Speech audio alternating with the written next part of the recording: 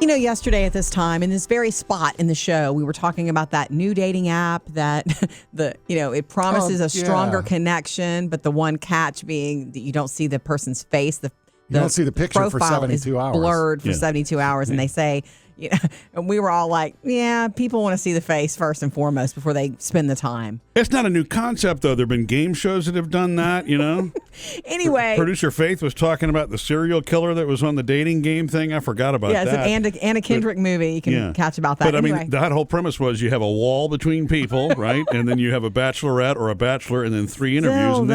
But you don't, You of course, need to see. you're making that decision in 25 minutes. It's not like, Talk about days. pressure. Like you have 72 hours. No, but it all brings me back to compatibility, like reading about the app yesterday. So how to tell if you're compatible.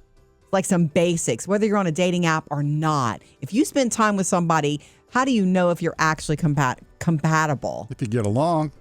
Well, number one, if you agree on big issues. You don't have to agree on everything, little things. You don't. I'm not interested in cars at all. And Murphy talks about cars a lot. And we are happily married. Well, I can't believe this because I get about halfway into that conversation. I turn around and Jody's not even in the room. Not true. So you don't have to agree on every little thing. But you probably have to have similar concepts on how you want to raise your kids or money. Religion, even politics. You need to agree on the big things. Wouldn't you agree, Sam? Yeah. That's a big one about compatibility. Can you make it in the long run?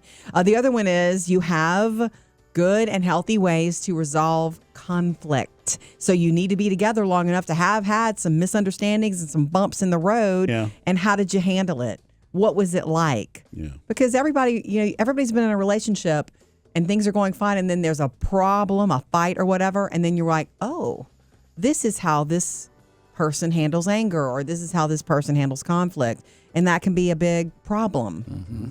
And the other one being, I want to honorable mention that it's not the first thing, but your family and friends, the people who've known you all of your life, do they like this person? And does this person like them? Because that will be a factor at some point. If you can get them to be honest about that, though, most people are going to be polite. In hindsight, you find out. Oh, been there, have you, Sam? Twice.